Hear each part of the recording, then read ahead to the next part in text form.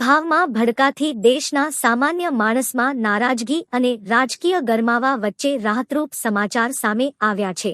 દેશમાં ખાંડની કોઈ અછત નથી અને આવનાર સમયમાં છૂટક બજારમાં ભાવ ઘટશે। ખાંડ ઉદ્યોગના ટોચના સંગઠન ઇન્ડિયન સુગર મિલ્સ એસોસિએશને સોમવારે આવી ધરપત આપી હતી। ઇસ્માના અધ્યક્ષ નીરજ શિરગાંવકરે સોમવારે ખાસ પત્રકાર પરિષદ યોજીને જણાવ્યું હતું કે દેશમાં ખાંડનો ભરપૂર જથ્થો મોજૂદ છે। બાકી ખાંડની કિંમતોમાં અચાનક ઉછાળા પાછળ ઘણા કારણો જવાબદાર છે। સટ્ટેબાજી અને અનુમાનના આધારે વધુ ખરીદી તેમજ કેટલાક વેપારીઓ દ્વારા ગેરકાયદે મોટા જથ્થાના સંગ્રહથી કૃત્રિમ અછત ઊભી કરાઈ છે।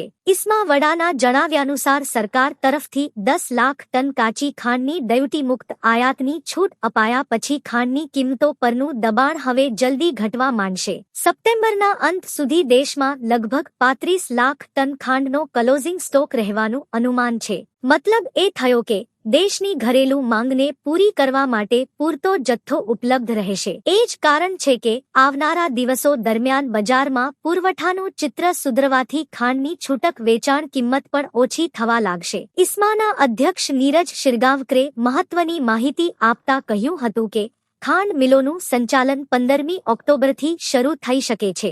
ઓક્ટોબર દરમિયાન મિલોમાંથી લગભગ 10-12 લાખ ટન ખાંડનું ઉત્પાદન થવાનું અનુમાન છે।